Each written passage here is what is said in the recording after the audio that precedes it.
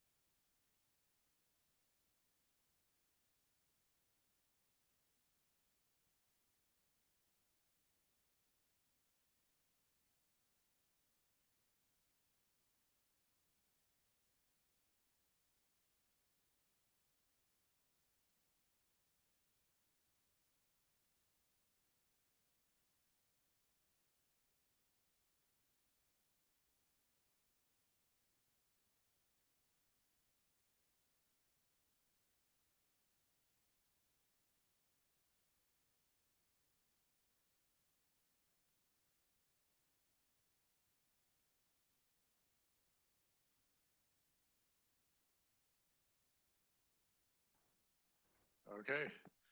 Welcome everybody to the Transportation Committee meeting on April 4th, 2025. First, I'd like to ask our interpreters to explain how to access interpretation. Please go ahead.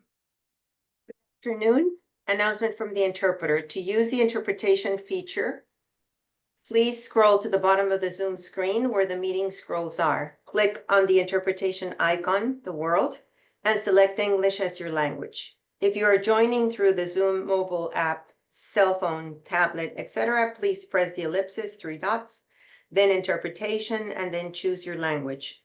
Finally, click on mute original audio to not hear the original Spanish in the background.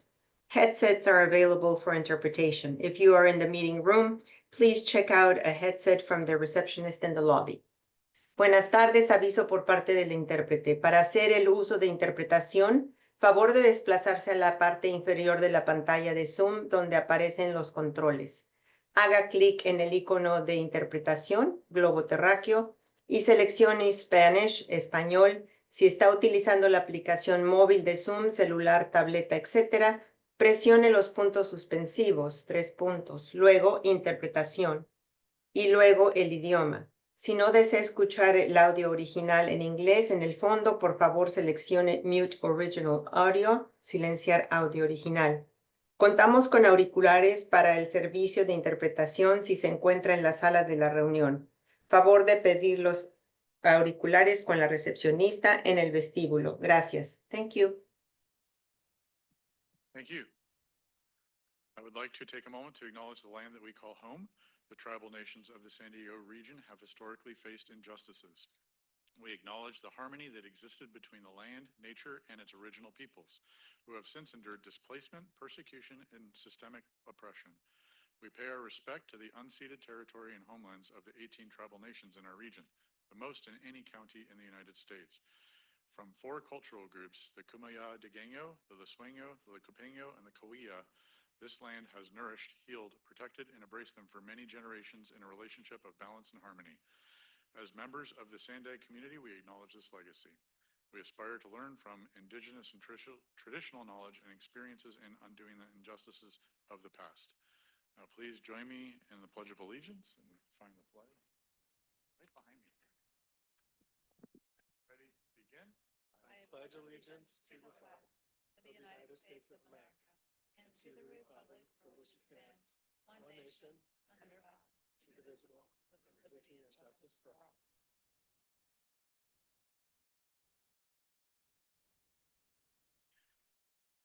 Francesca, can you please confirm a quorum? Thank you, Chair. We do have a quorum. Today, the absent jurisdictions are the County of San Diego, Metropolitan Transit System, and the Port of San Diego. Thank you. Moving on to item number 1, we'll now do non-agenda public and member comments. Please remember that for today's meeting, we will be limiting all comments to 2 minutes each. And please be respectful and keep your comments on topic with respect to the agenda topic. Thank you. Francesca, please call speakers. Thank you. We have 3 public speakers for this item. First will be Purita Javier, followed by Cesar Javier.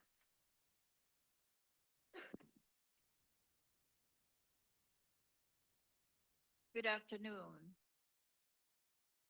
We need help to abate a home-based business home occupation in ceramics manufacturing and kiln operation located at 5238 Streamview Drive, District 9, City of San Diego since 1984. The home-based kiln operation has been a potential harm to human and environment as vulnerable residents in every close proximity to the kiln operation, our medical symptoms are sneezing, coughing, irritation, sore throat, develop breathing dizziness, unusual headaches, heart palpitation, anxiety, fear, and depression. We were hospitalized, located to the toxic fumes from the kiln operation. The poisonous gases and airborne toxins, particulates inhaled and or possibly ingested from kiln operation may lead to respiratory problems such as asthma, pneumonia, and lung cancer. On June 13, 2021, when the homeowner of kiln operation converted the surface kiln from wood filled to gas and fumes we were inhaling were worse and more potent. We sought help from the police, and their advice was to build a wall and close our windows. We talked to the kiln owners. Thank you. Your time has expired. Our next speaker will be Cesar Javier, followed by Blair Beekman. Cesar Javier, Councilor Rivera. Remember my name, our name, Purita and Cesar. Thank you, SANDAG. Mr. Chair, we are hopeful to have SANDAG transport our community issue to the rightful authority. We do not accept the presence of Council Rivera in this revered board or committee. He is the key of all this attendance, knocking at the door for help. He has the key to resolve this right when we approach him. He was one of the governing body of the Air Pollution Control District, including the mayor. They are both absentees. They do not know what's going on the rulings of these ceramics. Thankful that the governing body and the Air Pollution Control District will now decide whether to repeal or continue that poisonous ruling 11. Thank you, Mayor of Coronado, and thank you for Councilor Campbell. They will be there to judge whether the proposed policy change will come to reality. Councilor Rivera, you failed our expectation. You're a practitioner of corruption. You are not acceptable to be part of this revered thinkers for solution. Do not spread the virus, my friend. Please, my fellow citizen, we are taxpayers here and we are protecting our constitution. We are protecting democracy. We are not revolting. We are here to seek help. because this is the right thing to do. We have approached everybody, all Thank you very much. Your time has expired. Our final speaker on this item will be Blair Beekman. You can go ahead. Hi, Blair Beekman. Thanks for the meeting today. I guess this is the first meeting, public meeting I've been to in your new building. It looks a little bit like from 2001, where they were on the moon describing the first monolith that was found on the moon. The camera angle's a little high, but it looks kind of like it. Thanks for the meeting today. I wanted to comment, yeah, good luck to the Riveras, pardon, that we can find good procedures. And when procedures seem blocked, we can be creative to address those procedures. That's what's key right now. Good luck on those efforts. For myself, I've had two important issues on my mind, worrying about the future of the Lausanne Rail project things. My latest thought, I couldn't bring all my thoughts together at the previous public meetings on this subject. You have twin rails that have been wanting to be built, that have been trying to be built, been procured to be built for a long time now. And if they are built, is it possible that the twin rails, I'm really trying to work on the concept as light a footprint as possible, for the twin rails, for one of the rails to be used little as possible, and then we really concentrate on only keeping one of the rails as a regular use and only use the twin rail as an emergency backup plan. As an emergency backup plan, I think it's really awesome, but I hope that's not just becomes a regular use within the new system. And good luck that you're working on moving the yellow line system, currently in question a bit northward. Really good luck in working on that. It's a way that helps out the homes of Del Mar and the lagoon areas as well. Thank you. Good luck. Also, with 10 seconds, really good luck in working on biometric camera technology. To be open and clear on that subject, you're going to have to learn how to be open about it. A reminder to yourselves, you have to be open. Thank you. And that concludes the public speakers on this item. Thank you. Do we have any board member non-agenda comments? Committee members? No? With that, Robin, do you have any updates for us? Thank you. Hi, Mario, our CEO, is sorry he couldn't join you. He has a medical appointment right now and will be joining us as soon as he can. My name's Robin Wapner. I oversee internal operations and public affairs at SANDAG, and we are very happy to welcome all of you to our new office building here at West. This is our second public meeting now. We had our Shoreline Preservation Working Group meeting yesterday, but we're very excited to have you all here today. Some updates to share with you. The Board of Directors did approve our draft FY26 program budget at its last meeting, so that is now available for public comment.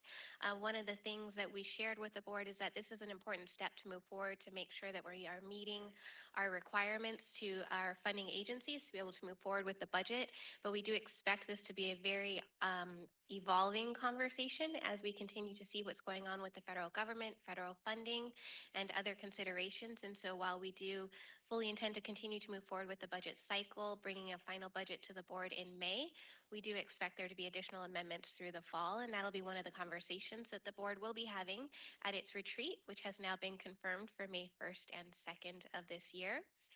Related to this topic, actually, several of our staff, along with our first Vice Chair, Council President Joe LaCava, will be traveling to Washington, D.C. this coming week as part of the San Diego Chamber of Commerce annual delegation, along with several members, I think, probably in this room as well. So that's going to be a great opportunity to learn more about what's going on there and bring back some really important information to the San Diego region to help inform some of the decisions that we're making on our projects moving forward. In the good news column, we can now happily announce that yesterday we signed our agreement with the federal government for the Otay Mesa East Infra Grant. So that frees up $150 million to move forward with this very important project that we had been waiting on. That was a huge milestone for us and for the project that we're excited, and we'll be saying thank you very much when we go to DC for that. Tied to U.S.-Mexico, we had been talking to this committee and the board several times about our California Baja border resiliency plan. This was the one that has to do with the U.S.-Mexico environmental concerns. Wanted to make sure that you all know we are continuing to progress on this project. We had our first kickoff meeting a couple of weeks ago, and we're planning to bring an update to the Borders Committee in April or May. So that will still continue to be moving forward, and we continue to elevate the priority of those concerns in Sacramento and DC to try to find funding. Also related to the environment, we released our 2024 Environmental Mitigation Program Annual Report at the end of March. This is a really important report. For those who don't know, our Environmental Mitigation Program is actually part of the Transnet program that was passed by the voters. So this is an annual report to talk about how we're using those dollars. In this report, we highlighted that we've now preserved more than 9,000 acres in the San Diego region, and we provided 136 grants to local organizations and our local jurisdictions over the last year to support this effort. So that's available online in case anyone would like to take a look and learn more. Earlier this week, we held an online community meeting for the Rapid Route 640. You've been hearing us talk about rapid routes a lot. That's because we have 6 sort of under consideration right now. We're starting the planning work on those, and so we're doing a lot of engagement with the communities to better understand where they're trying to go, where they're coming from, so that we can build the routes that best serve them. This new route that we met with earlier this year would serve San Isidro, Chula Vista, National City, and Barrio Logan. And we're going to be looking for community output on that through our online survey for the next 6 weeks. Lastly, we just wanted to again remind you that we are continuing to move forward on our transition to the new back office system for our toll roads. We are still on schedule to complete that transition by the end of July. We'll be bringing an update on that to our board probably in the June timeframe, but we're continuing to move forward. We've moved into the testing phase and still finalizing the data migration work that needs to be done for that. Lastly, we just wanted to say thank you to all of our community members. We have about a half dozen projects under construction right now that are resulting in street closures and or other impacts, whether those are bike projects downtown. We're halfway through the Del Mar Bluff Stabilization 5 projects. And so we know that those have impacts to everyone's day-to-day lives, and we really appreciate your patience as we work through those, but we're excited to be under construction and delivering those projects for you. That concludes my remarks. Thank you. Thank you, Robin. Guess I'll check one more time if there are any board members that have non-agenda comments or questions. Ann, go ahead. I'll let in. I didn't have a clicker on this side yet. But you know, I'll second our appreciation and our excitedness for the getting the info grant signed. Definitely thanking SANDAG, and then kind of up our chain through Federal Highways and USDOT for continuing to kind of keep the pressure on this grant and the importance of this project. So definitely that's very much look forward to now really just going full speed ahead and working to get this the port of entry constructed. A second announcement is that April, during the month of April, we are taking the time to remember our highway workers that have lost their lives during the line of duty. So as they're working there on our highways, and with that, we extend an invitation to all of you to attend and join us in our annual Highway Workers Memorial event that will be held Tuesday, April 22nd at 10 a.m. There should be information in the packets that's gone out with the through the clerk, but that'll be held in our Old Town, our Caltrans District 11 Old Town office courtyard. Again, it's a time for us to honor and remember our fallen workers and our partners who have really paid the ultimate price in maintaining our state highway systems. So just wanted to provide that announcement. And that's it. Thank you. Thank you. Very nice. With that, we'll be moving on to the consent agenda. I'll first check to see if anybody was hoping to pull a consent item. Seeing none, Francesca, how many speakers do we have? Thank you, Chair. We have one speaker on this item, Blair Beekman. You can go ahead. Hi, Blair Beekman. If it's possible, meeting minutes time, I hope I can be able to comment on the non-agenda comment of staff that you just offered. I was impressed with what was offered, and it seemed appropriate to at least comment to be able to have some sort of public response. I'll make it real short. Just thank you for describing your work with with Mexico, and you're having a working on Baja issues, and I think it's basically a subcommittee group that's you're developing with it, and a real good luck with those projects, with those things to do. I can't remember the name of the person, but she speaks here often on issues, keeping you guys in order and check, basically. That she had the idea that it's important that at the federal level, the EPA, if you invite someone from the EPA to what your current process on the Baja issues, it can add a real extra set of eyes and leadership to the process. And I think it could be interesting. I think it was a really interesting idea. EPA may not have to lead the project, but to have their presence there, I think would be really helpful. So good luck in those efforts. She's talked a lot about seismic issues, that you guys, there's free services to work on your seismic issues, and that with the current earthquake in Myanmar that's just happened, I think we should take advantage of such things and learn to make our seismic questioning and construction a regular part of the meeting process, and just to describe what it's at, where it's at, what it's doing. Thanks for your time, and thank you for the meeting today. That concludes the public comments on consent. Thank you. Any committee member comments? Otherwise, I'd entertain a motion to approve consent. Moved by Hall. Second by White. Please vote.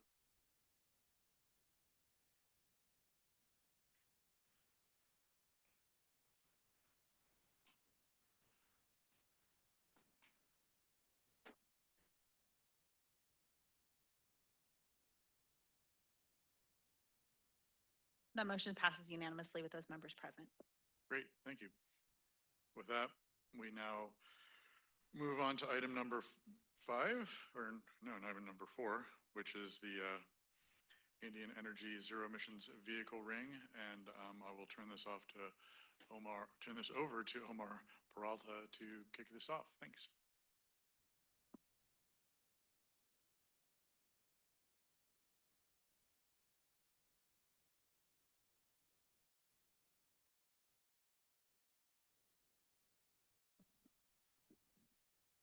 Thank you to the committee.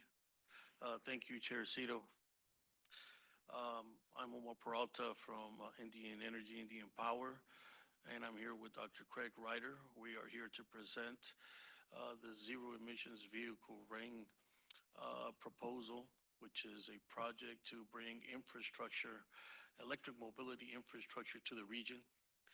We are a 100% tribally owned organization, and we also work south of the border with the 71 tribal nations of Mexico in projects to improve their way of life and in their efforts to reach economic sovereignty, energy sovereignty, and social sovereignty.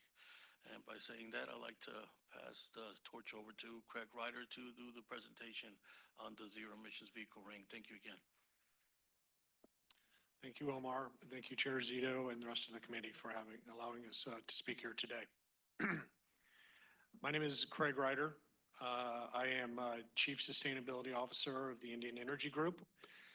I have 25 years in the energy and transportation industry, and I'm also a professor of sustainability at University of Southern California. We have, over the past 4 years, been developing a program called the Indian Energy ZEV Ring. And don't get too caught up on the name. It's just something that we've used to describe what it is that we're looking to do here. But really what the program is,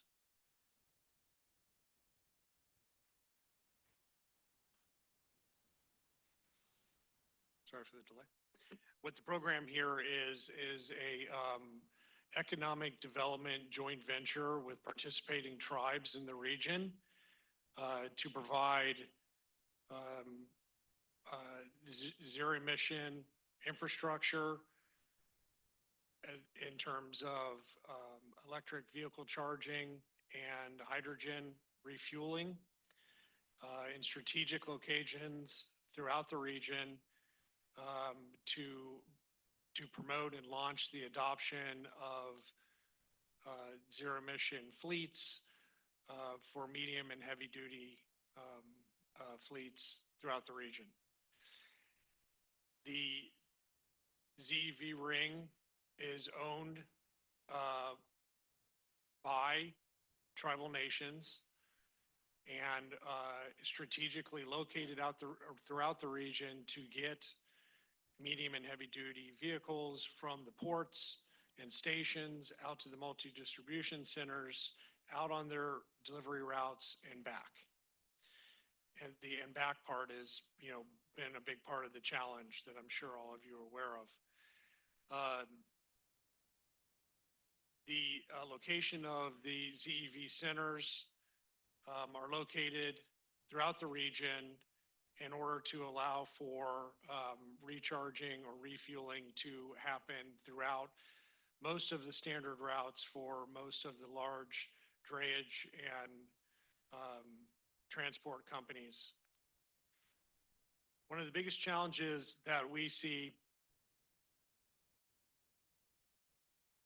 one of the hard things here is not being able to see the screen on where I'm at.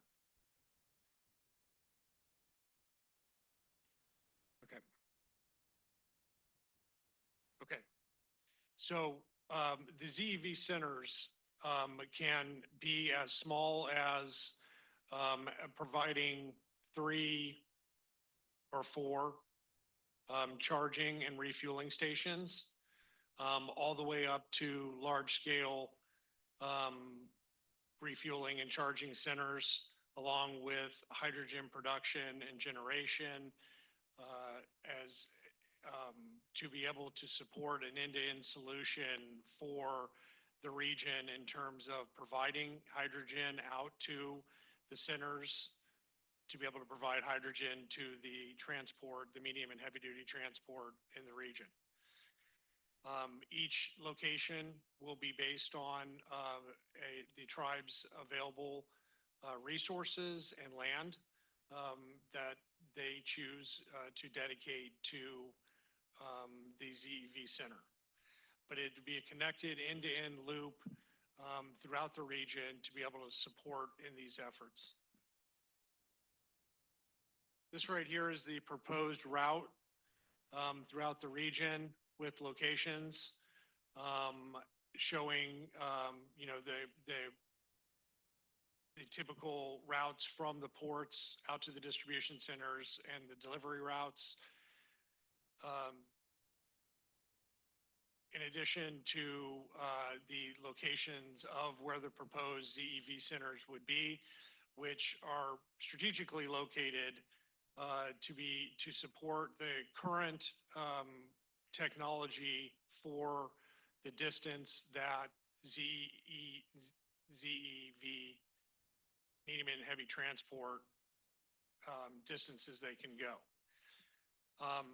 The multiple locations supports, and similar to a fuel station model, the multiple locations provides flexibility for transport companies that have the ability to go further, and in the future will have the ability to go further and be able to get longer distances to other locations. But similar to petroleum, will have to recharge or refuel at some point. So it provides the flexibility for companies, whether they're independently owned or large companies like Amazons of the world, Walmart, so on, to be able to use publicly available charging and hydrogen refueling stations throughout the region.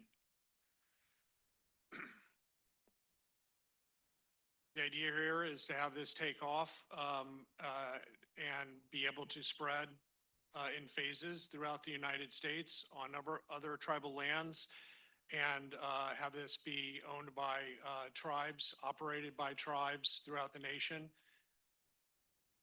Just to very quickly describe this slide, this really is truly a tribally owned joint venture, meaning that the revenue from all participating tribes in that have a ZEV center on their lands will benefit from the revenue of all of the ZEV centers throughout the region. And then obviously if the expansion happened throughout the United States, those tribes would also benefit from the entire operation. I also wanted to point out that, well, the job creation that goes along with a project or a program of this size, significant amount of work that needs to be done, not only through the planning phases, but through the engineering and construction, and then certainly through the operations side of it. And the workforce development that is needed in association with making a program of this size a reality. I also wanted just to focus on the cross-border operations. We presented to the cross-border committee twice now and have gotten a lot of great feedback and collaboration with that committee. There is significant opportunity in connecting the ZEV ring, both south and north of the border, to be able to support manufacturing efforts and other transport efforts that go cross-border and need to have the infrastructure in place to be able to support these operations. We've read through the transportation plan in the region here and believe that it aligns the ZEV center, ZEV ring aligns well with the transportation plan in support of the cross-border efforts that are being made.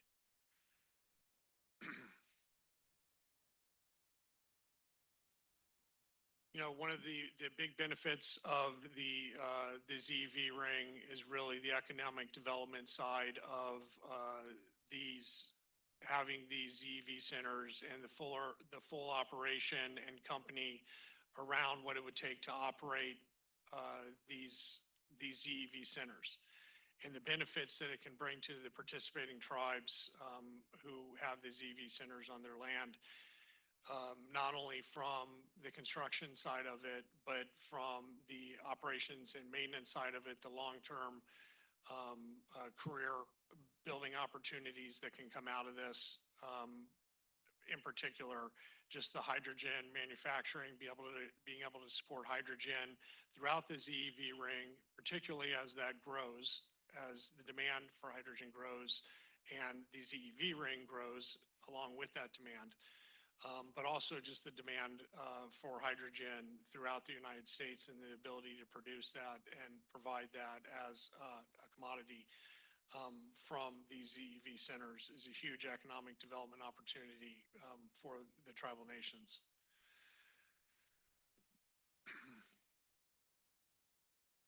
Okay, just very quickly to wrap this up, you know, a lot of the challenges that we're seeing, I think, is no different than what everyone is experiencing in the world right now. Obviously, the political and geopolitical arena has changed, and the risk associated with building out large infrastructure projects like this have become, I mean, there was a lot of risk associated with this even under the Biden administration and before. But even moving forward, there's a lot of a risk associated with funding a project like this. We meet with financial institutions regularly. And while there's a lot of desire to want to fund the construction side of things, there's very little desire to want to provide the financial capital to be able to build out a program of this size. But I think that we're all aware that unless we build the infrastructure like this, getting to the adoption of medium and heavy duty zero emission infrastructure is going to be impossible. And it's not going to take just onesie twosie, fast charging and obscure locations throughout the region. It's going to take strategically located, industrially incised centers to be able to support the amount of transport that takes place in the region. And it's going to build as demand builds and grows as demand grows.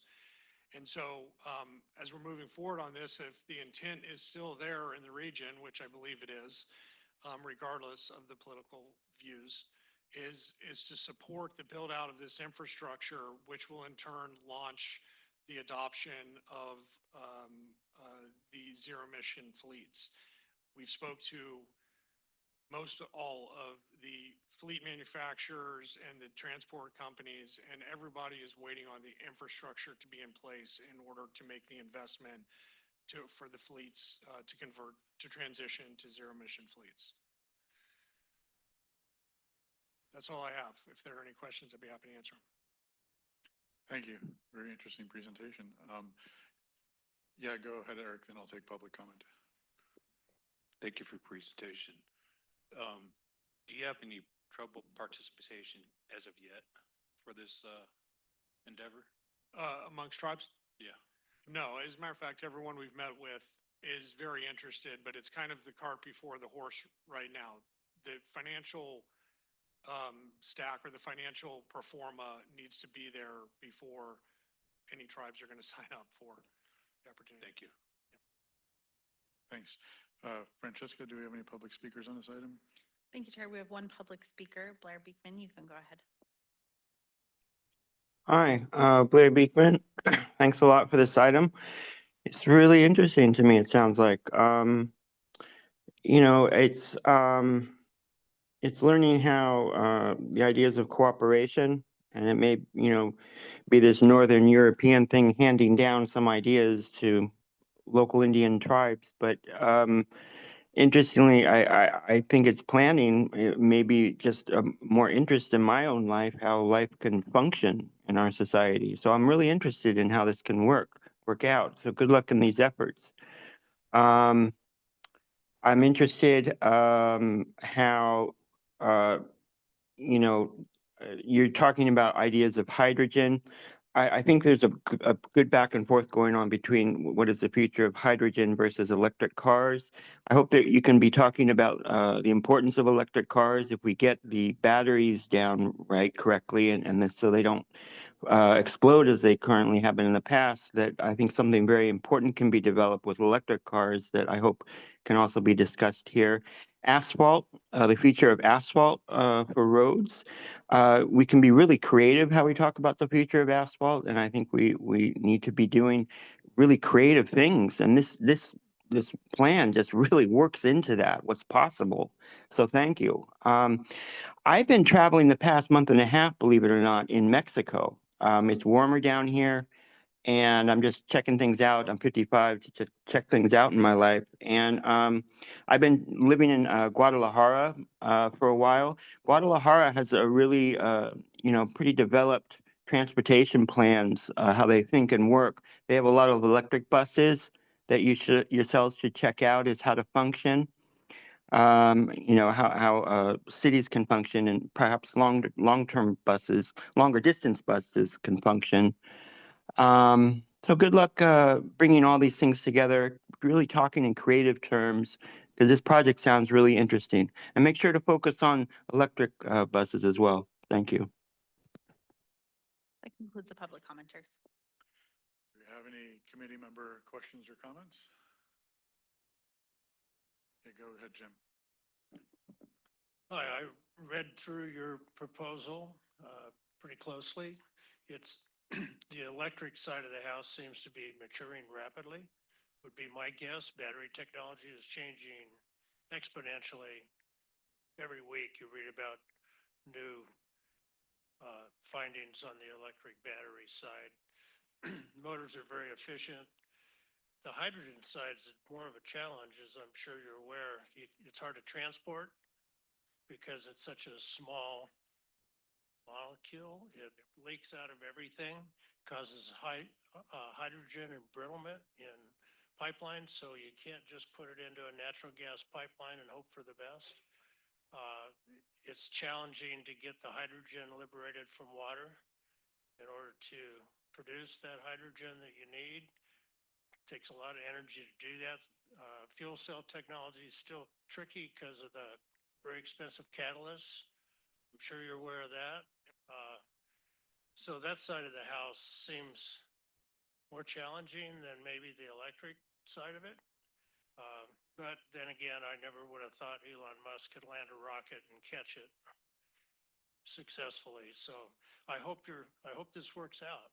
Yeah, I hope so too. Thank you. Yeah, it's been, it's hard to choose which horse to ride in these scenarios because, you choose one, and if it's not the right horse, it's, you're down a path. Certainly, electric, transportation electrification is leading, the efforts there. There's been a lot of movement made in hydrogen, certainly not in the cost side of it.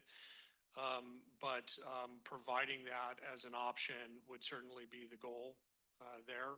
And there's a lot of movement in terms of, certainly in heavy duty transport, in terms of hydrogen. But your points are well taken and appreciated. Thank you. Ron? Yeah, I wish Mike was here because he's an expert on the hydrogen side. The cost is what I'm hearing is just outrageous. Yes.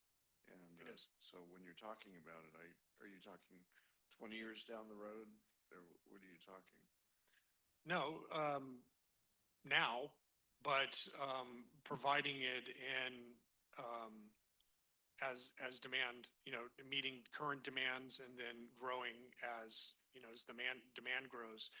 That's part of the strategy, is having the hydrogen production be part of the end-to-end solution at each, well, not necessarily at each of the ZEV centers, but at specific ZEV centers, so that as the demand for hydrogen increases, that demand can be produced at those locations to be able to supply to the ZEV centers.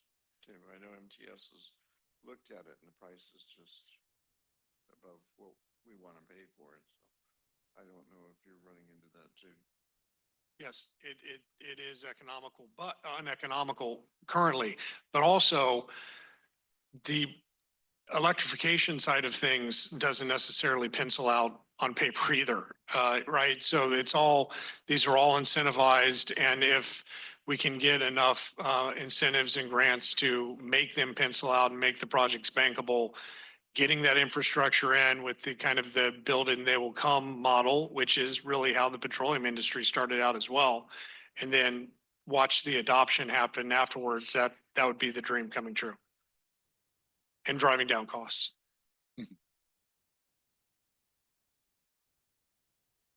Thanks. Other comments or questions? Go ahead, Jill. Yes, I understand with hydrogen that there's quite a bit of difference between what is delivered today that you have to pay for in truck and what is possible in the future if you're manufacturing. Is that correct? Well, the transport, unless you have a pipeline, the transport would still have to happen regardless. But part of how, well, and then there's different types of hydrogen, which you might be talking to as well. But am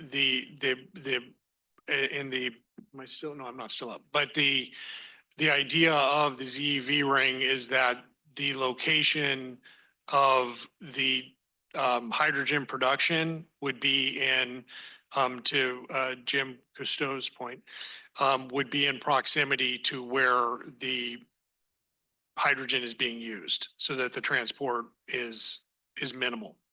So you would be actually creating the hydrogen there at the Zevring site? Yes.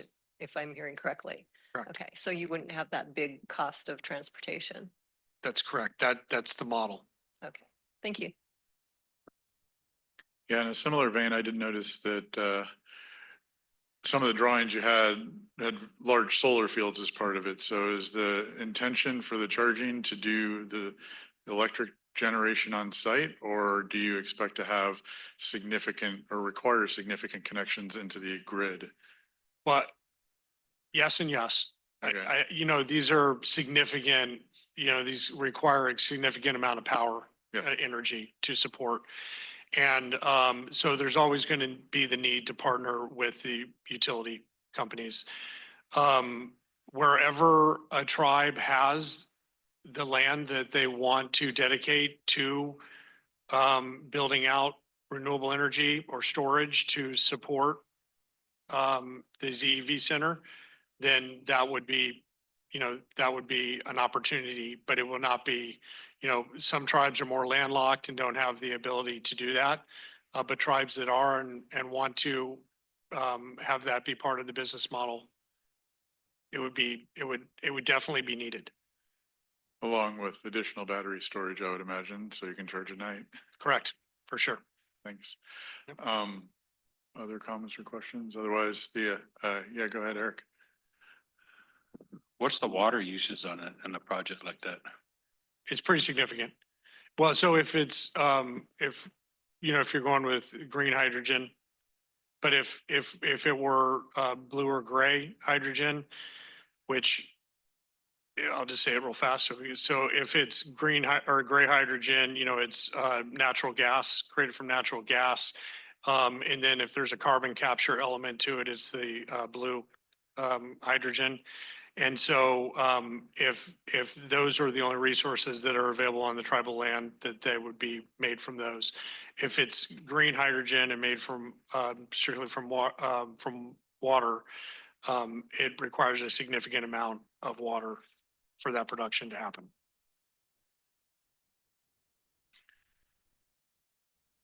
Anything else?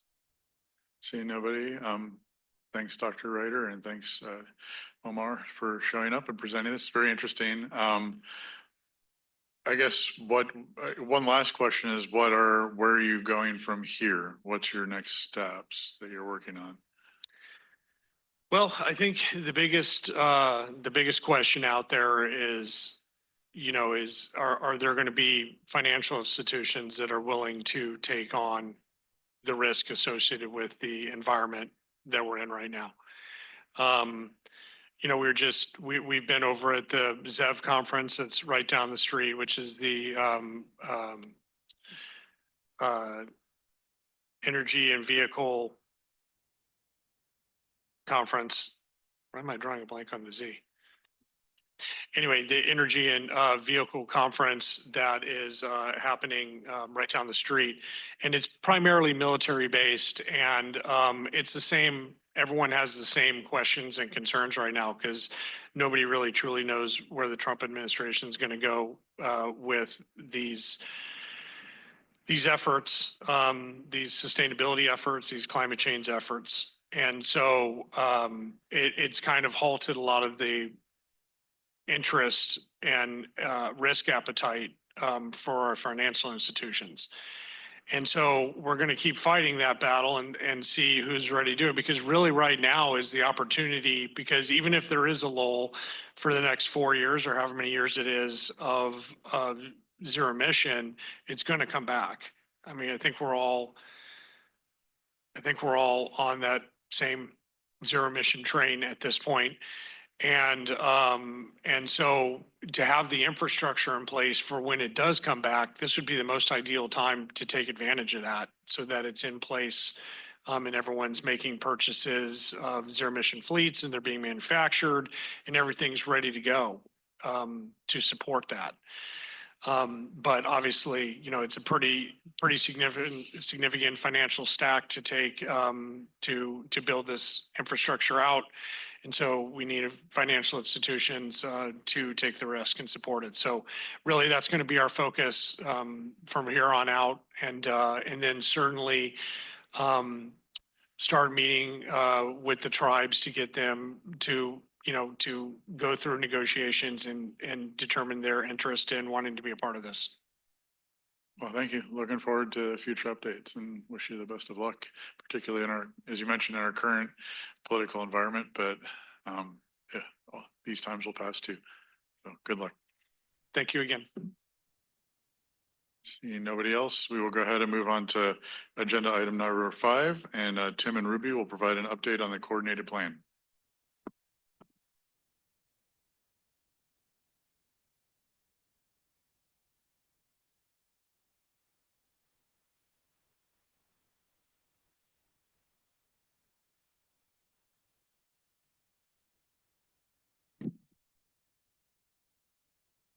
Good afternoon, members of the Transportation Committee. Thank you for having us here today. My name is Tim Garrett. I'm joined here by Ruby Morales. We're both Associate Regional Planners here at SANDAG, presenting an update to you, the first one on this iteration of the Coordinated Plan. So the Coordinated Plan is a short name. Really, the long name from the federal definition is the Coordinated Public Transit Human Services Transportation Plan. And it's one of the plans that we're required to do by the federal government. There's a few other requirements that we're meeting. I'll mention those in the next slide. But really, the Coordinated Plan provides a 5-year blueprint for how SANDAG and partner agencies will implement transit, fixed route transit, as well as specialized transportation services throughout the region to meet the needs of the region's population, and in particular, older adults, people with disabilities, and people with low incomes. This is in relationship to the regional plan, which I'm sure you all know a lot more about. That's a bit of a longer term strategy. It's like a 20-year look ahead. This one's much shorter term, and it's more directly tied to some implementation measures, especially through our grant programs, specialized transportation grant program. And I'll mention, we'll get into that a little bit. And just some definitions, so we're all on the same page as we go through the presentation today. Fixed route transit, talking about trolleys, buses, trains, things like that. And specialized transportation is really a whole bunch of different services, but in particular paratransit. So that's kind of shuttle services for it's door to door or curb to curb for people with disabilities. There's also other types of specialized transportation services, door to door services, and those are often operated by nonprofit and other types of organizations for people with disabilities and older adults. And all of this work that we've been doing has been in collaboration with our partner agencies. So MTS, NCTD, FACT as our CTSA, which I'll mention a little bit more about in a moment, and then other partners. Some of the requirements that we're addressing as we conduct this plan, federal transit law requires us to look at the needs of transportation needs of those members of the population, as I mentioned. And this is a requirement so that we can get our Section 5310 funding, which is one of the funding sources for a specialized transportation grant program, which is a competitive program where we give out funding to agencies looking for funding to provide specialized transportation. We also have requirements for performance monitoring of our transit services through the Transportation Development Act, TDA. And then we also have local requirements set out in SANDAG Board Policy 18, which is the policy that describes the planning responsibilities between SANDAG and the transit operators. And so this requires us to look at transit service gaps and deficiencies, evaluate what's working well, what's not working well. And then the components of that are known as the Regional Short Range Transit Plan. So we've been working on this plan for about a year at this point, collecting data, in particular, a really big survey effort that we're sharing the results from today. We've also been doing a few focus groups of specialized transportation providers as well as riders to hear from them directly on what's working, what's not working, what the needs are. We've been doing several presentations, including to many of our working groups, and we're here today. We've gone through mobility working group, social equity working group, STAC, and so we've been incorporating their feedback and presenting that to you, and we also want to hear what your thoughts are on what we've heard. Just one thing to note, the Board of Directors has delegated the authority to Transportation Committee to approve the plan, so that's why we want to hear from you, and we'll bring it back to you for approval at a later date, probably later on in the summer. But just note that this will be coming back, and so that's that. And so the main thing we're here to share today are the draft survey results. We did a really comprehensive survey, and Ruby's going to talk us through those results. More than 1,500 responses. This was a scientific survey, so really a new type of survey that we've done beyond prior efforts for doing coordinated plans.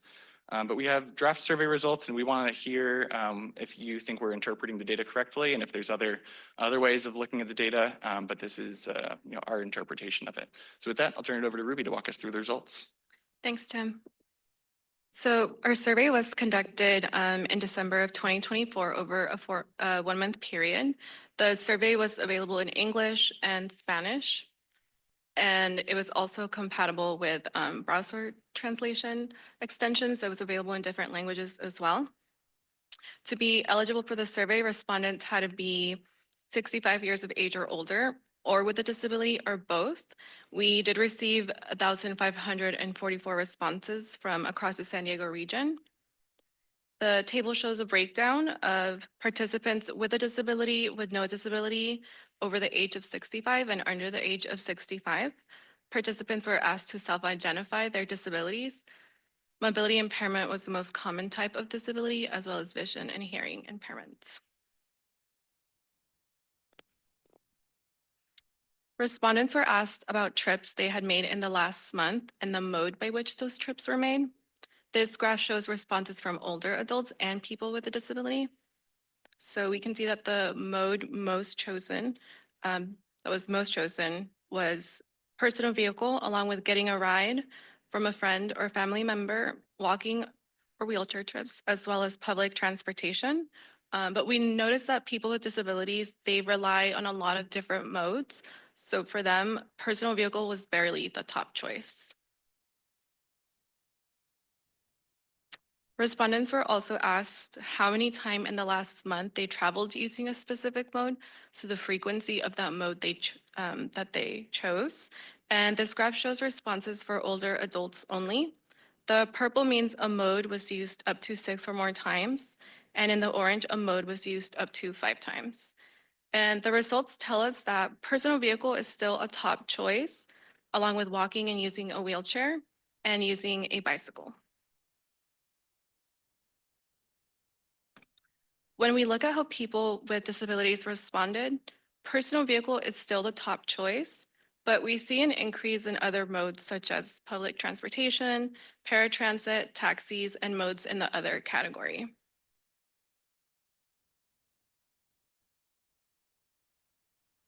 The survey included a section that asked respondents about their unmet transportation needs.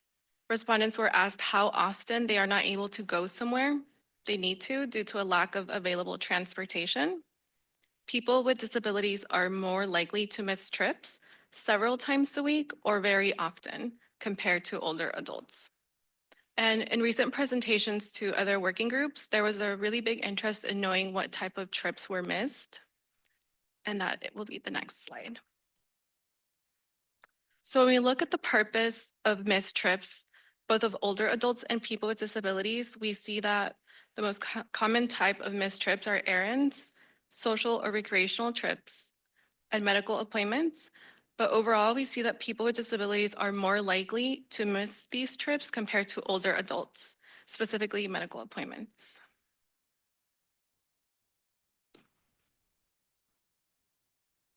Respondents were asked what challenges they experience when using and considering transportation options in San Diego County. Almost half of respondents identified a lack of transit to their desired location, so where they were trying to go. Other common challenges included safety concerns, difficulty getting to and from bus stops or stations, and a lack of transportation available when they need it. People with disabilities are more likely to experience all of these challenges compared to older adults. Most older adults have no challenges compared to people with disabilities.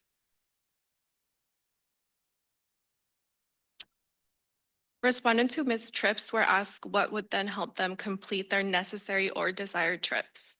Over half of the respondents selected more routes and transportation services. Other commonly selected options were door-to-door options and transportation options during late nights and or the weekends.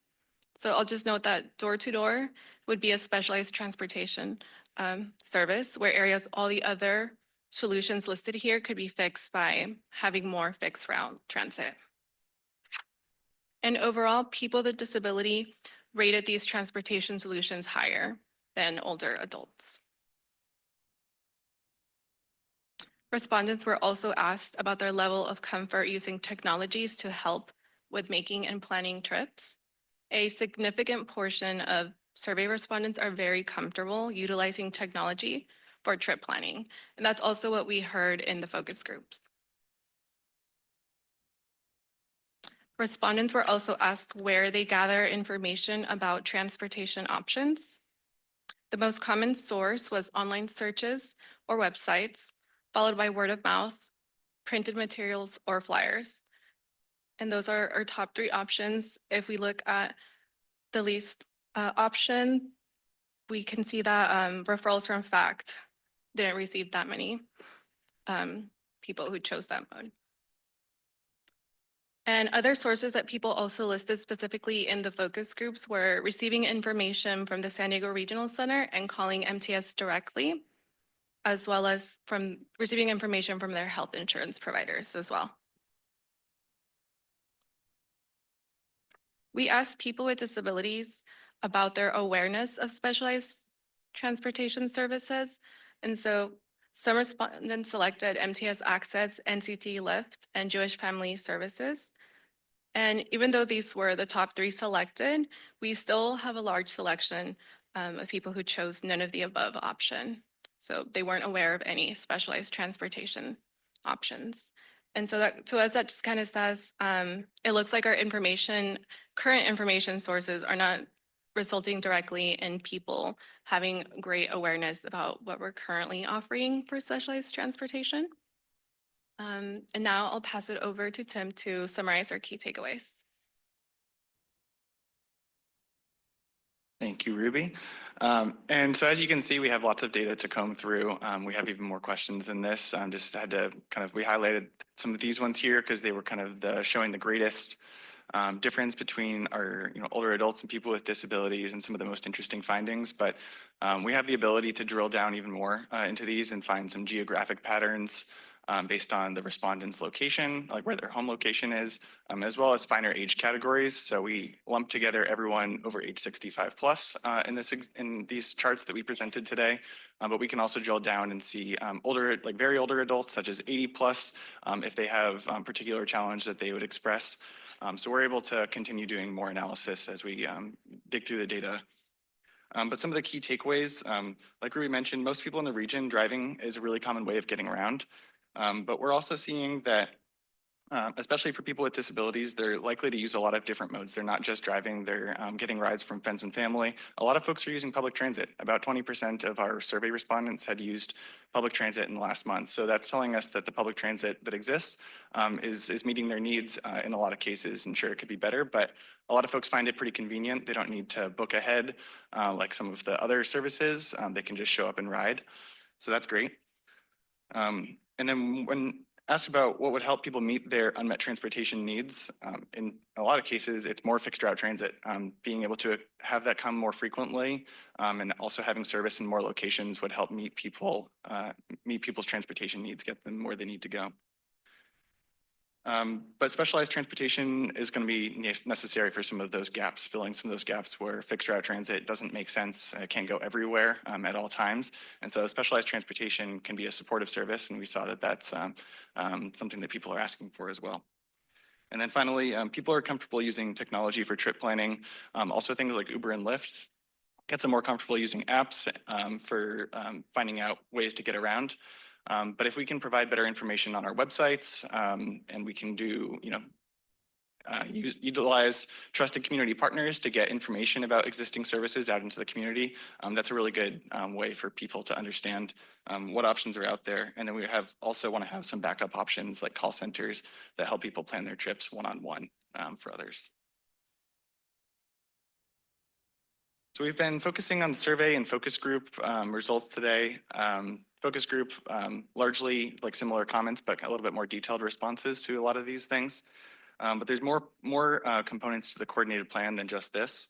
There's also a performance measurement piece, as I mentioned, especially the transit. We've got lots of data to look at with that. We also have data on microtransit and NEV services that have been operating in the last few years. We're able to incorporate some of that as well.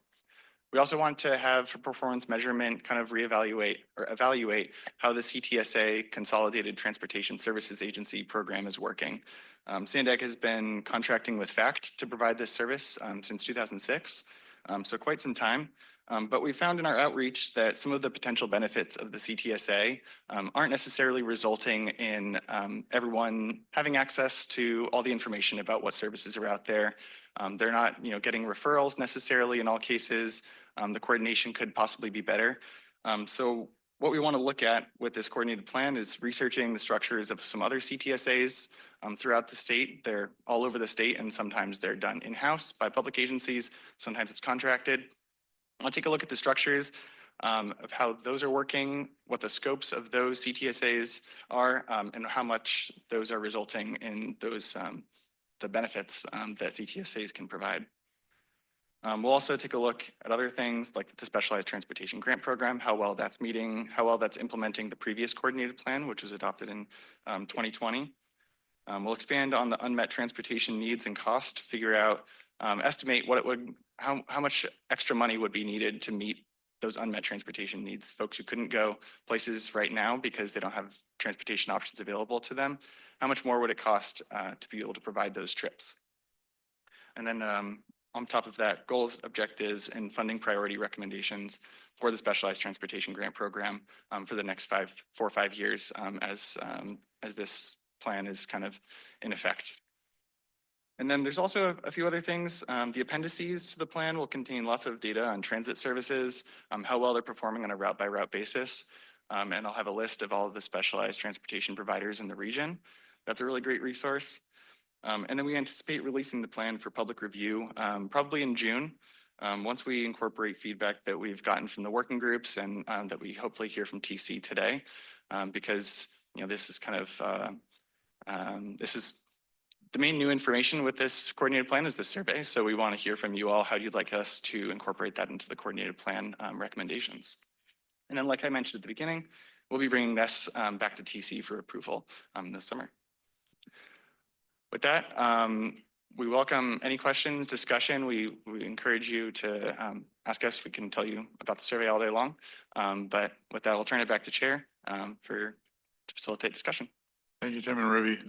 Francesca, do we have any public comment? Thank you, Chair. We do have one public comment. Blair Beekman, you can go ahead. Hi, thank you. Blair Beekman. I don't have a timer available. Can someone put up a timer? Yeah, good. Thank you. Okay, yeah, hi. Thanks a lot for this item. I first moved to San Diego in the summer 2022, and SANDAG, they were having a big debate about the future of programs like these and how to somehow create a system of transportation flexibility so we can have more choices people can have more choices with transportation.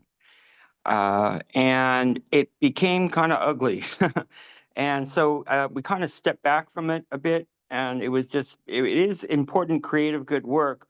And you guys have returned here to kind of the basics and the fundamentals of how these, independent transportation programs can be developing for our future. And so thank you. It's important you're doing this work right now. Thanks a lot. You've had a few items recently talking about these issues. I know the city of San Diego, they're working on these sort of issues as well.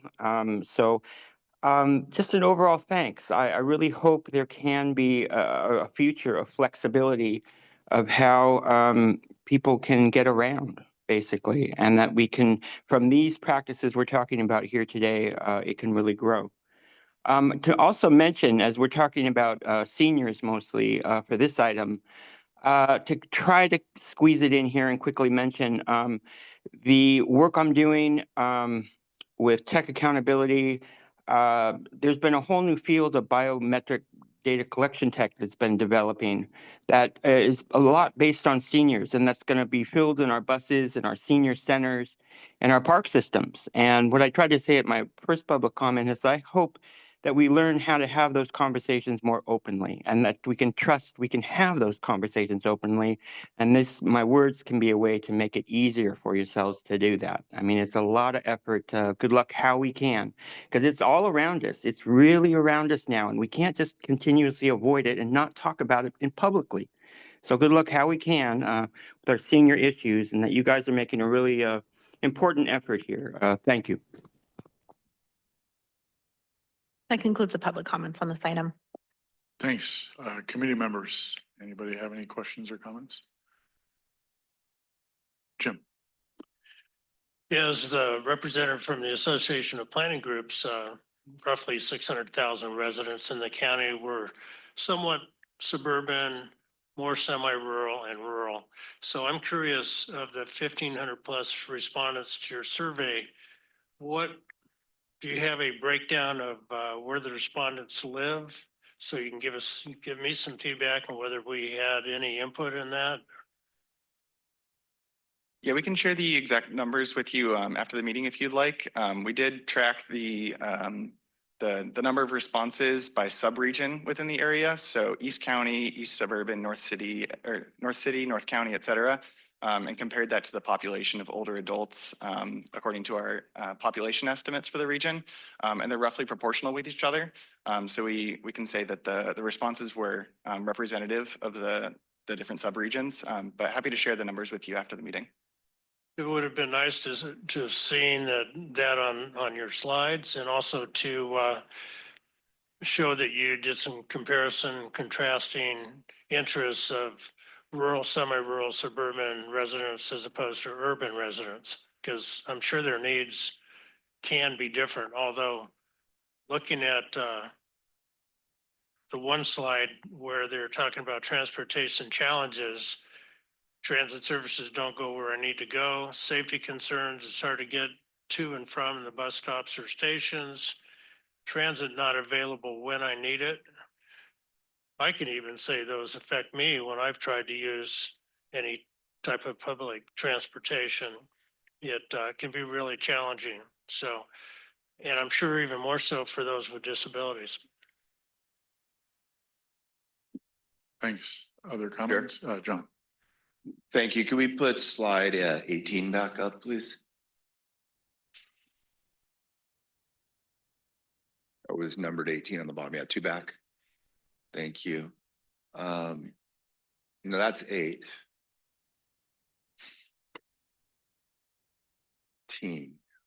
Thank you. So when I think about this type of transportation, and when SANDAG usually deals with it and works on it, and I think you have there, it says unmet transportation need and cost. It really seems like one of the largest problems, it's maybe not necessarily part of your survey, but if you have any comment on it, I'd be interested, is the lack of funding, right? I mean, it's then funding priority recommendations you have there. I'd be interested in more as it goes forward, or to the extent it's within your purview, to give us more information on the amount of funding versus the lack of services versus how much funding would be required to meet those needs specifically. And then my other comment I wanted to make from this slide is near the top where it says Consolidated Transportation Services Agencies and the review of how they function in different jurisdictions. I'm really interested in that. But I'm also specifically interested in not only the duties that they do and how they function, but what is the correlated funding for those entities. And you can sort of see the bang for the buck or how much things cost. So that's the information. It's a little different than, I guess, surveying outside parties, but that's, again, to the extent you're surveying those agencies, that's the information I'm interested in. So, and I think there was something else up there about transit and paratransit coordination. Was that on a different slide or? Anyways, my question about that is can you elaborate on that at all, or tell us, like, is that different agencies working together, or what is that type of coordination that's been happening? Sure. So for transit and paratransit, obviously MTS and NCTD are the two providers of that. And so we get performance measures from them on a quarterly basis on, how many trips they provided, the fare revenue that they've gotten, and then we have associated statistics on how well they're doing and their benchmarks according to Transportation Development Act kind of guidelines and what the standards are supposed to be. One of the goals, one of the purposes of the Consolidated Transportation Services Agency is to be a hub for information. So any member of the public, they don't understand, MTS or NCTD or other types of services. They don't know what option would be best for them to get from A to B. So they're able to call the CTSA and tell them their situation. They say, I have a disability, and then the CTSA, having already coordinated in terms of information as well as like the logistics of who's available to take rides, which organizations have extra capacity. They can refer them to those agencies, or they can otherwise provide. The main thing is they're supposed to be coordinating and providing the information across the agencies. So they're able to provide that information to the customer. Yeah, no, I appreciate that. I think I have a fairly solid understanding of what the CT, the Coordinated Transportation Service does. I guess what I was wondering is what about not the coordinating group, but the entities under it that provide the services? Are they collaborating with each other to fill gaps, right? Because we had discussion both with the board and I think at transportation previously about certain transportation agencies, going to certain boundaries. And then, what didn't really seem coordinated, so to speak, to me. I mean, yeah, you can provide information, but that doesn't, the information is whatever the information is what they're doing, the service providers. So anyways, if more information about that comes out down the road, or if there is not that collaboration, maybe that's something that we as an entity can help focus on having those gaps filled. So anyways, thank you so much. Thanks, Mayor Duncan. Anybody else? Patricia? Were you, Jewel was pointing at you, so. Oh, okay, okay. So go ahead, Patricia. Hello, thank you for the presentation. On page 17, the thing that I'm thinking about is when you were doing your survey, I wasn't quite clear as to how you went about choosing who to talk to, because 65 and above is a lot of baby boomers. And so my mind goes to areas that maybe have 65 and older locations. Some of those communities are large communities. They tend to have HOAs. And in that higher group of older aged, technology is an issue. You stated specialized transportation can help, but respondents lack awareness. I'm wondering, how did you focus at all on the older group to find out how they receive information? Because if they don't pick up the phone and know who to call to find out if there's additional services available to them, how do we let them know? And so did you drill down at all on, because to just say 65 plus is not really getting as much details as I would like to hear in regards to people actually being able to be notified as to what kinds of services are available to them. And they tend to be people that maybe they can't drive anymore because, they've aged to a point where that's not a possibility, either because they can't see or other disabilities. And maybe they're not as technically savvy. So I don't know what that number is, but I am concerned about that number because they might be able to use some of the other services because they can't get to the bus station or they can't get to the trolley station without relying on somebody else or an expensive way that they can't afford. Yeah, I can go into a little bit of how the survey was distributed. So we used an address-based sampling approach where we had a database of households that had at least one member of the household be 65 years or older. And we actually sent out postcards, mailers to those households. That's how we received 80% of the survey responses. We also leveraged our existing partnerships with MTS, Jewish Family Services, and ARCO San Diego to reach harder to reach populations, so people with disabilities in that way.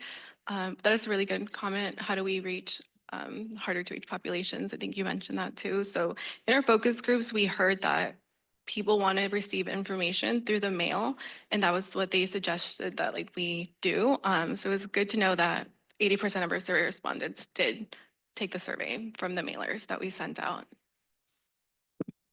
Thank you. That's a high number. That's good. Thank you very much. I'm just going to add really quickly. I'm Danielle Coachman, Manager of Strategic Partnerships in the Planning Department at SANDAG.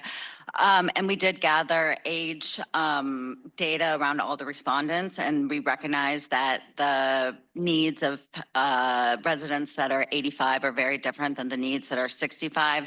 And so as we analyze the data, we are looking at the differences between the older adults, both in their travel patterns, also how they receive information versus, you know, the younger seniors. Hey, Jewel. Yes, thank you. Thank you, Ruby, and thank you, Tim, for this item, presenting this item. So I was a little surprised on slide 15 of the low number of referrals that came through FACT. Was there any feedback from those surveyed about ways that FACT could improve its process to help them or be more accessible to them? Yeah. You can add into this, but in the focus groups, when people knew about specialized transportation, they mostly reference MTS and being able to call the MTS centers. And like I mentioned, most people would want to know about specialized transportation services, like with mailers or physical mail. So that was one suggestion that we received. And also notable that the types of specialized transportation that a lot of people knew about were that when they see a branded vehicle driving down the road, you know, MTS paratransit vehicle, you know, it says MTS access on it. So I think that was a big way that a lot of people knew about these things. And so, you know, FACT may not have as many vehicles on the road, and the ones that are on the road, it's the ride FACT service, so it's a little bit different from the CTSA function. CTSA is supposed to be, you know, the coordinating function that's supposed to be, you know, providing referrals and information to people from around the region. But I think it's also, you know, FACT has a limited budget, like Councilmember Duncan mentioned. So advertising is not the way they use all of their funds. You know, they have, you know, operating constraints, and so they're not advertising, and SANDAG isn't necessarily advertising that FACT is, you know, the go-to place for your information. And so I think it's not that that FACT isn't doing referrals. It's that we aren't, members of the public at large are not aware that FACT is a source for referrals and information. And so I think we can all do a better job of making that possible. So would SANDAG then link to these different organizations to help people, you know, make it part of the website and promotions? Yeah, I think we can we can lay out some options in the coordinated plan. You know, historically, it has been part of this contracted CTSA role that SANDAG has, you know, contracted FACT to do since 2006. But I think we can provide some options for how that could be changed or modified moving forward.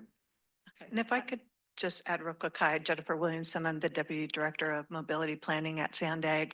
You know, part of what Tim said earlier as part of this presentation is that we're going to take a look at the CTSA and FACT, and as part of this effort and this update of the coordinated plan, we'll be taking a deep dive to figure out how we can get those referral rates up. If there's something more that SANDAG can be doing as part of that role, if we're not meeting the needs of FACTs to be, you know, more responsive to some of those referrals, or if we need to provide more to have more referrals, that's part of what this next portion of the coordinated plan will look at. So we don't have those answers quite yet, but we're looking at getting those as part of the ongoing work. Thank you, Jennifer, and thank you, Tim. Thanks. Anybody else? No other comment?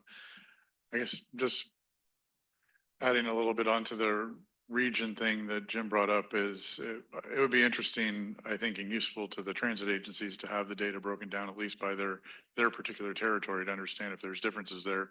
And I also wonder, I doubt this is in the data, but maybe surveys could be designed in the future to help suss this out, is, you know, being someone who lives on the border of the two transit agencies. I'm wondering if there's challenges that people experience just in those types of areas as well, with respect to getting around via transit because of the distinction between the two transit agencies that we have, but something to think about in the future. Otherwise, thank you again. Looks like we've got it up. Thanks for the report, and we will move on. We are now going to item number 6, and Danielle and Evan are here to get feedback for the On the Move study.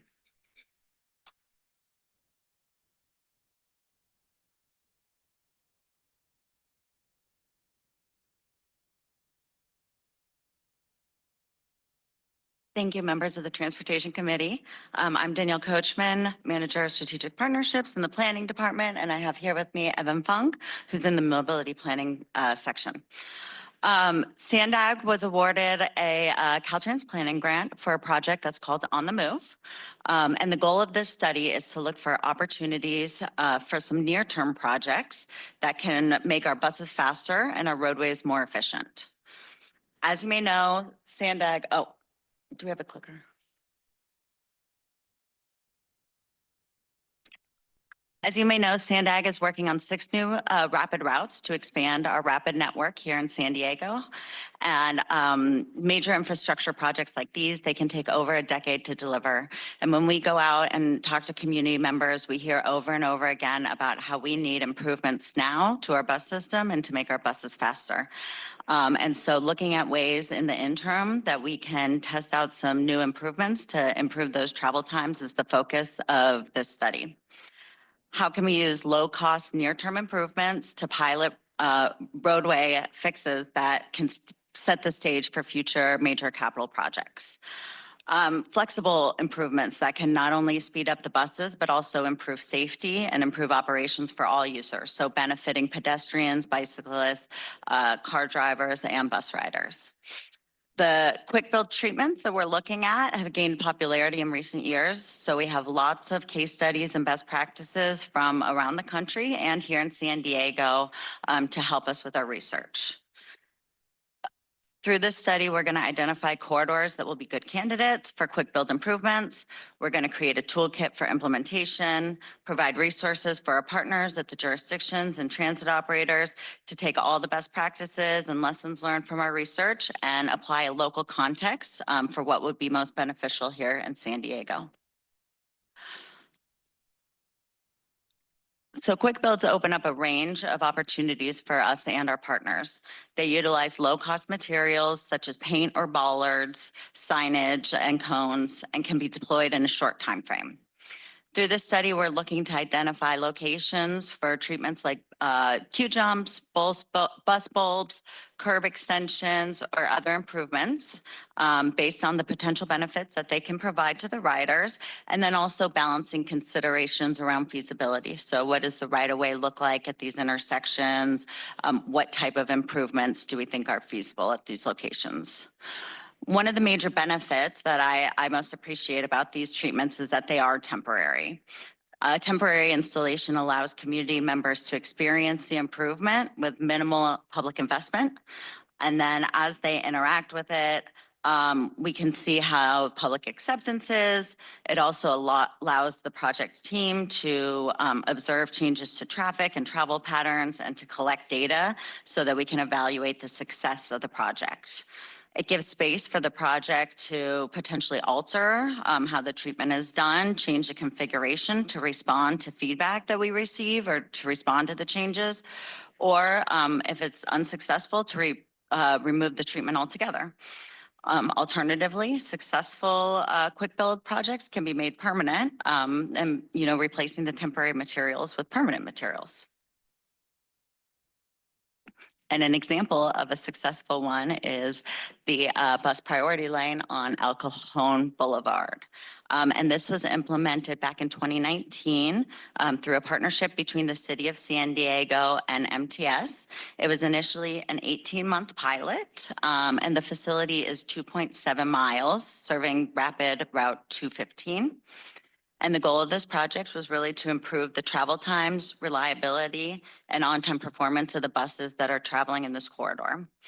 The 18-month pilot allowed for the project to be deployed and evaluated, and now 6 years later, it's still there, which really speaks to the success of this project. And the buses that are traveling through this corridor are moving through it on average 2 minutes faster than they were prior to the improvements. And with that, I'm going to pass it over to Evan, who's going to talk about the different phases of work under the study. All right, thanks. Yeah, so what we hope to deliver in the OmniMove project is there's 4 kind of phases. I'll go from left to right. The system evaluation and corridor identification. We identified a number of short bus corridors in the region. We worked with our transit operators and our partners to identify corridors that were already known to have issues with safety, delay, on-time performance, things like that. And from these corridors, we work to determine which of them have the most opportunities for implementing quick builds. Essentially, we're looking for kind of low-hanging fruit type issues that quick build projects can fix. They're not a replacement for significant necessary changes, but they can be great solutions in the near term, and they can act as pilot projects for more permanent changes that might already be planned or might be planned as a result. Next, we're going to look at the kind of transportation recommendations we can give. We're creating a repository of sorts, which compiles a bunch of different quick build treatments and brings them together along with information on their costs, their materials, the barrier to implementation, and then case studies both locally and across the country. We're hoping to bring all this information together to help us make recommendations within the project, but also so that later on down the road, people reading the report can understand what products are out there that fill these niche, which are the best value, and they can just come to this repository for that information. Thirdly, we have our corridor quick build designs. So using these treatments we've identified and then these corridors we've identified, we're going to do 2 conceptual designs for a couple of these corridors. Largely, these designs are just showing what treatments can look like in action. We hope these designs can kind of set the table for further collaboration and implementation after the project, but the designs would be ready for refinement and implementation later on, but we want them to spur ideas for where quick builds can be used, what niches can they fill, and where else in San Diego there might be potential for these. And then finally, we're going to have a kind of a toolbox of implementation strategies. It's just like a distillation of all the conversations we've had. We've talked to numerous stakeholders, and we have many lessons learned through our case studies as well that we've been researching. So it's like a toolkit of necessary steps for outreach, funding, design, everything that goes into quick builds. The process of implementing quick builds is very different from traditional process. So we're hoping to create some guidance on the San Diego specific nuances of implementing these projects. Secondly, I wanted to just give a quick example for you guys' reference. There's kind of 3 sections we can think about. We had changes to the roadway, such as what was brought up earlier, those pedestrian improvements, or such as queue jumps for buses to pass through intersections quicker. So these are changes to the roadway. There's also changes to the bus stops. Those include alternative seating designs, temporary bus platforms to make the buses stop in the lane or things like that. And there's also solar powered lighting. Basically, there may be stops that don't have the amenities that the community desires, and in the interim, these solutions could be implemented. And we want to explore just what are the cost drawbacks, what are the potential situations with maintenance, just understanding what these stop amenities can be like. And finally, there are some operational changes we're considering that we would consider quick builds because they don't necessarily have much of a physical change to the roadway or to the the area, but those include transit signal timing or bus stop consolidation. They might have less disruption to the roadway or the drivers while still creating improvements and benefits to the buses. So we've been doing our roadshow, our outreach to all of our stakeholders to get feedback around opportunities and concerns. And this feedback is going to be critical in developing those deliverables that we're producing through this project. We had discussions with the Mobility Working Group, the Social Equity Working Group, and then we had 2 subsequent in-depth workshops with staff from all of the jurisdictions in the county and our transit operators, and really did a deep dive there around what the different concerns were, what corridors, and what they already had planned. What we heard is that a lot of the jurisdictions are bundling projects as an implementation strategy that they're already using to build near-term low-cost solutions. So for example, many jurisdictions told us anytime they're ripping up roadway, whether it's for a resurfacing project or a pipeline project, that they are incorporating active transportation elements when they do the restriping after that. And so looking at opportunities where we could even further that to implement some of the transit improvements, it would require more interagency coordination, but it looks like there's an opportunity there. We also heard about a lot of challenges in the workshops. A lot of participants talked about funding constraints and right-of-way constraints. Of course, that was a major subject. And then other concerns were raised specifically about maintenance and liability, specifically related to the temporary nature of these improvements. And so understanding, that temporary materials can be different than the typical materials that the cities are used to dealing with. And so it can be a different type of maintenance. So making sure that we're addressing that up front. And also, the temporary nature, what kind of oversight do we need to make sure that community members aren't tampering with the improvements and, doing things that are unsafe. And so approaches to how we can address those and how we should consider those will be, a major part of the toolkit. And then finally, conversations at the workshop noted that, most of our streets in the county we have lots of vehicle volumes and not a lot of bus volumes. There are very few corridors in the county where the bus volumes, would really kind of warrant any kind of dramatic change. And so through this, we're going to be looking for mostly opportunities with enough physical space in the roadway to add, for example, a queue jump without, taking anything away. So looking for opportunities that would be additive, not, a replacement. So Evan talked about the different phases of work for this study. This just lays out the timeline. We're wrapping up that system evaluation right now, using all the feedback that we heard from that different outreach efforts, and then also the feedback that we hear today to really help us wrap up that corridor identification process, looking for opportunities that are good candidates for improvements.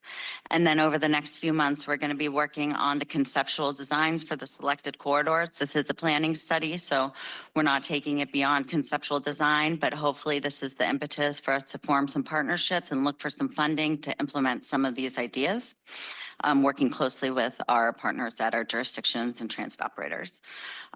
So we're going to use all that we've learned from all of our outreach and research to develop the implementation strategies, and hopefully that sets us up for success towards implementation. And then as we wrap up the deliverables, we'll be coming back through to the working groups and also to the transportation committee to get some feedback on our initial concepts before we finalize them. So I'd expect for you to see us again this summer. And with that, that concludes our report, and we are happy to answer any questions or receive any feedback. Great, thank you. Do we have any public comment, Francesca? Thank you, Chair. We do. Blair Beekman, you can go ahead when you're ready. Hi, thank you, Blair Beekman. I don't know if it's quite appropriate. Well, it is. I guess it can be for this item, but I want to give the concept of the future of rapid bus service and from like service to the airport to downtown and stuff like that, and how those systems, instead of being quick build programs that we're thinking of it, they can become possibly more permanent, and that we shouldn't deny that it's good work that it does, as it can be. It's definitely an awesome temporary system to use as we try to consider, rail projects for the future of, the airport to downtown.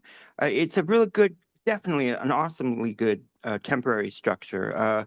But it isn't everything, but I hope we give it the credit it deserves. We're trying to talk about it more often, and actually is appropriate for a couple of the previous agenda items today that, so I thought I'd mention it at this time that good luck and that we can respect what it does. All right, with that said, again, to comment on my well, not my, but on technology accountability concerns with quick build projects. This to build quick build simply allows you to dump in a bunch of data collection and possibly surveillance tech where you don't have to be that accountable with it, if you want to be honest. We have to learn how to be accountable with the tech, even for quick build things, and learning how to do that for quick build things. That is what innovation is, that we don't talk about enough. You know, building tech accountability is innovation. It's not the tech itself. So good luck how you build innovation and openness and clarity and good public policy for quick build things. So I can see what the data is being done with and what you're doing with the data and what you know is being collected to make that public. Good luck with quick build things. Thank you. That concludes the public comments on this item. Committee members? Jewel? Yes, thank you, Chair. Thank you for the presentation. I am familiar with transit signal priority, but quick jumps or queue jumps are something new to me. Can you explain those? Sure. We have a great picture of a queue jump in the PowerPoint, and we have at least one at the Super Loop at Nobel, I believe, in the University City area. Oh, this is not the right PowerPoint.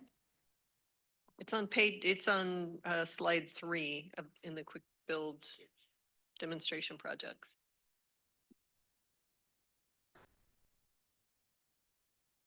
Oh, yeah. So up on the top right-hand side, if you can see, it's just a short, it's not a full bus lane, but it's just space. So the bus in this configuration would pull into the right-hand turn lane, and then they would be able to basically pull to the front of the line. So it's a great opportunity if, you know, there's a signal that gets really backed up for the bus basically just to cut to the front of the line. The photo that's shown in on slide 3, where it says queue jumps at the top. How does that differ from the one that you showed us? It's the same concept. So here it's just having that bus lane right at the signal space so that they are able to pull around the line. I think the other one on the other side is a little bit easier for me to see. It's just a better angle. Okay, And so, if I can just add real quick too, because there's another component of a queue jump that's really important is that when the bus comes to the front of the line in that specialized lane, before the light turns green for the automobiles, the light turns green first. There's like a T signal similar to what a train would use, a trolley that comes on and allows the bus to get a jump. That's where the jump comes from over traffic. And then the light turns green right after for the traffic. So it gives it a jump into the intersection before all the other cars. and in this case where it's shown, is that using the right-hand turn lane or what are they utilizing? So there's space there. I'm not familiar with this particular example. This was from one of the many case studies that we looked at. But typically, you know, it will be that shared right-hand lane until they get up to the front because the right-hand turners can go on red, right? And so that gets the opportunity for the bus to get to the front of the line to take advantage of that transit signal. Okay, and then would that just slow down anybody behind them that was trying to turn right or? I'm just trying to figure out the mechanics, sorry. It could. So what you see here is this is actually there. It's on, I want to say Mission Gorge Road. Is that correct? Or Friars Road, excuse me. I was part of this development. And what we did in this example is we actually took away lane width from the other lanes that were already out there. So this wasn't an additional right-hand turn. You'll see that there's an existing right-hand turn lane there already. This took what were wider lanes, skinnied those down for the regular traffic, and then used that additional square footage for the addition of the queue jump lane. And how much width do you need for that? Generally, because this is slow speed, you could get about 11 feet. We have instances where we have 10-foot bus lanes also. And as you can see, once the buses stop there, the right turners can continue to Yeah, go. it's easy with this one. It Yeah. was just a little more difficult to understand the other one. Thank you. Agreed. Appreciate it. Sean. Right, thank you, Chair. Thank you for the presentation here. I'm really, really excited about this. I think when I think about how much the cost of construction has increased over the last several years, I actually think this should be the default way that we're thinking about doing work and asking ourselves if this is there a quick build option for what we were trying to accomplish, and if not, then let's look at other things. But if so, we should probably be questioning why we wouldn't do it this way. To that end, I'm curious: is there any distinction in how, in the planning world or in SANDAG, in how we talk about something as temporary versus non-permanent versus permanent? Temporary versus permanent? Temporary versus non-permanent. Non-permanent. Because when I think temporary, I think that there's a definitive end date. Non-permanent means this probably isn't going to be here forever, but there isn't necessarily, an end date that we have set in stone. And then, obviously permanent is permanent. Do we distinguish in that way? I think through this study, as we look at the different types of treatments, like they would fall into those categories, right? Depending on what the useful life is of, paint, for example, right? You can come back, you can paint over it, versus like a bollard has a shorter useful life, particularly because, as people interact with them, they can get destroyed and things like that. And so I do think the type of material really dictates, whether the initial treatment could just become permanent or whether it would require, new materials or additional upgrades in order to turn into the permanent solution. Does that answer your question? It does, yeah. I think, yeah, and I think that material, the material used and what the option is definitely plays a role in it. One of the reasons I ask about this is because I think when we say temporary and we think about it in a way that as if we know it's going away, it just changes the way we approach it. We don't necessarily see like long-term benefits and investment. I know Evan referenced, maintenance costs, but it's wild to me that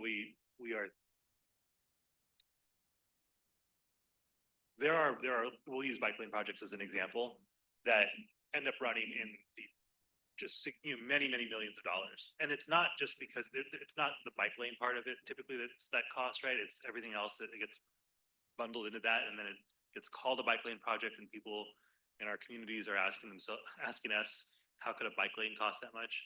It's not the bike lane, it's everything else. So part of it's how we describe these things, but there's also, the materials that we're using, and we'll use, I'll go to Pershing Avenue because this is like a really good example to me. So Pershing, there's a beautiful bikeway now, right? A permanent bikeway. Before that, there was either temporary or semi-permanent option, which could have been there as long as we wanted it. Those concrete bollards weren't going anywhere. They could have been beautified in various ways. They could have been painted. That was comparatively very, very cheap. And from a safety perspective, I would say almost as good having rode that as what's there now. Again, what's there now is beautiful and I'm very appreciative of it. So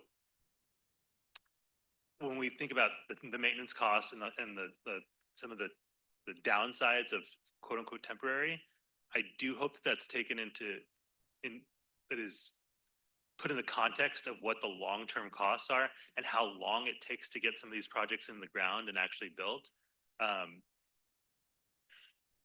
Sometimes to me, it's felt like, and this is less at SANDAG, more at the city, and I'm very, very much pushing there, like the quick build is put side by side with a permanent project, as if those two things will both go online at the same time. And that's like 100% not the case. So I hope that one of the things that we can pull from this is a better understanding of how quick the community feels the benefits of the project. Ultimately, that's supposed to be the goal, is to make improvements in the community that people can see and feel. And us being able to more definitively time how quickly we can go from let's do that to actually doing that. I think it might be helpful for not just SANDAG, but for the city. And if I'm understanding, one of the purposes of this is for the whole region to have a better understanding of the benefits of quick build. That would be really useful information to me. The second thing, one of the other things I wanted to quickly touch on, Danielle, I really appreciated you mentioned the wanting to be additive rather than, I think you said, as a replacement, and I might think of it as additive versus not zero sum. I think that's super important, and I think we oftentimes also miss some of the opportunities to turn something that can have multiple benefits and be a quick build. We often talk about planters and plants, trees as things that can add a benefit to everyone in the community, whether or not they're in the lane that's been carved out, or they're a pedestrian who will be taking advantage of the wider turn that cars will be taking. And so that framing of being explicit about what the additional benefits of a project are, I think is really helpful, again, as we think about wanting to point SANDAG as an agency and the region as a whole in the direction of more quick build projects. So we can deliver more for folks. And then last, we can go to slide 7 really quick. Sorry, I know that I've gone a while on this one. I've saved all my comments on.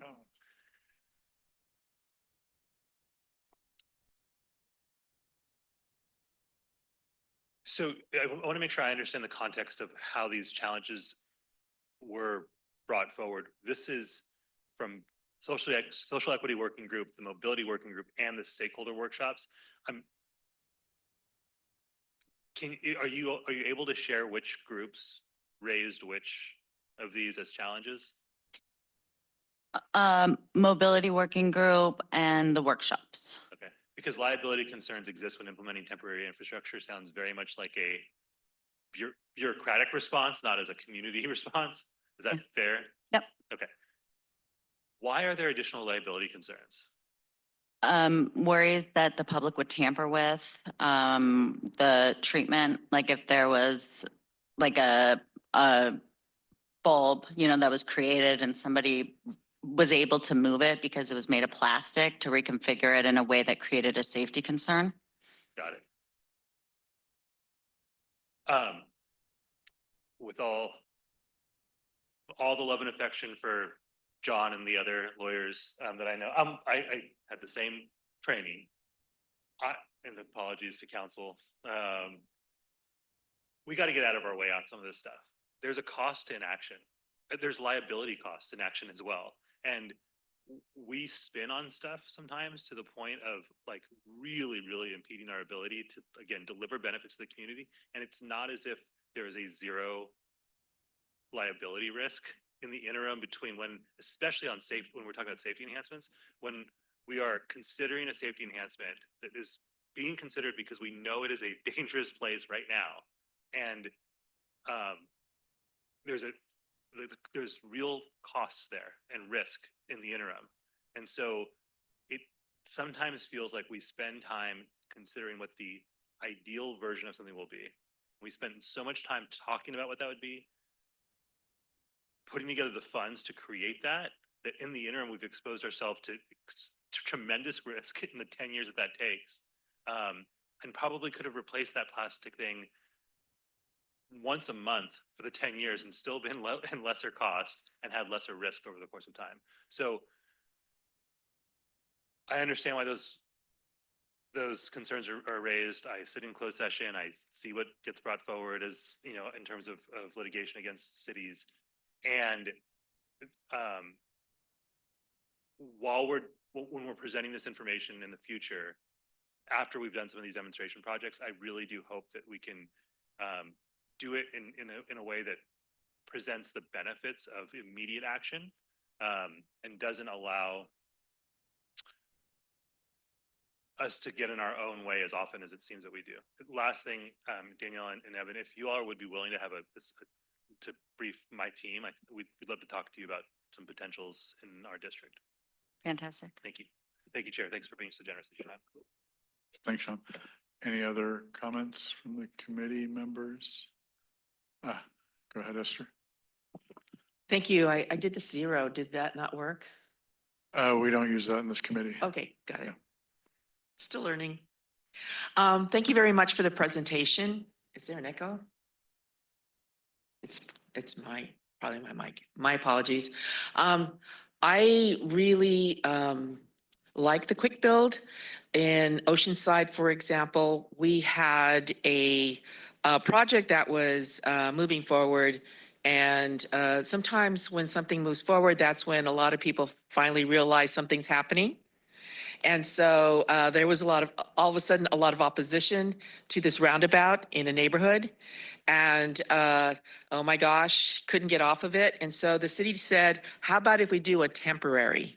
How about if we show you? I will say I was out there right after they put it in and talked to people who were, just come through it. And it was amazing. It was like a new experience, a learning experience. And it really led to a lot more discussion. And it ended up being, supported by that community, right? All the no's disappeared or went somewhere, I don't know. But bottom line is this community ended up getting something positive. So it was also tied to some other things like, well, if we don't go forward on this, and we will not have some other things like to help slow down traffic for safe routes to school kind of a thing. So it was, I think that it serves several purposes. It can really bring people to the table to have discussions about what works and maybe some other possible related projects that could be a positive there and could actually better address the issues like, say, traffic, or here it was safe routes to school. But like Coast Highway, for example, is very, very dangerous sometimes in Oceanside.